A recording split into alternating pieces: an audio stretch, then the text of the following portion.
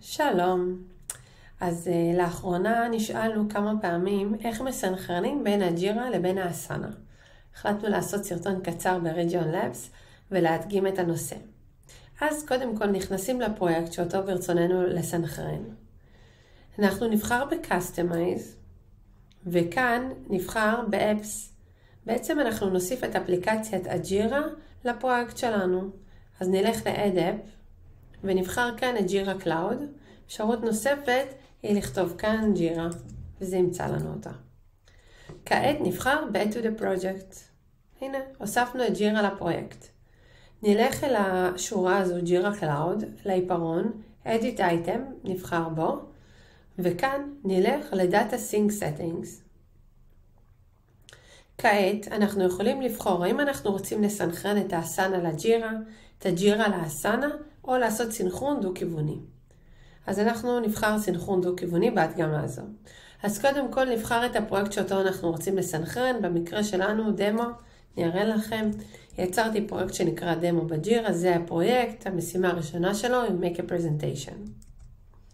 אז בחרתי את פרויקט הדמו שלי, אני אבחר סינכרון של טסקים במקרה הזה. כעת אני אבחר את הסינכרון לשני הכיוונים, בין הג'ירה לאסנה והאסנה לג'ירה. יש כאן אפשרות לבחור רק כיוון אחד.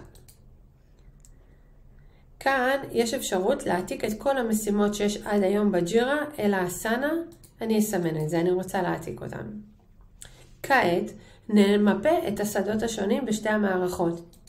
יש אפשרות גם כאן להעביר את השדות ממערכת אחת לשנייה, ויש גם אפשרות לעשות את זה כסינכרון דו-כיווני, וזה אני בוחרת.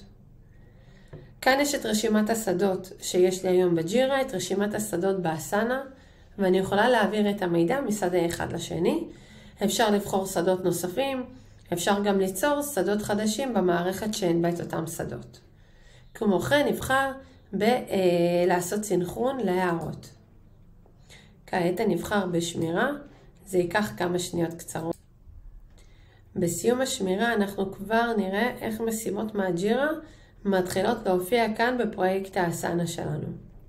כמו כן נוכל לראות שהתווספו לנו שני חוקים חדשים למערכת, שבעצם מדברים על כך שכל משימה חדשה שתתווסף תועתק אל הג'ירה. מקווה שהצלחתי לעזור. בהצלחה!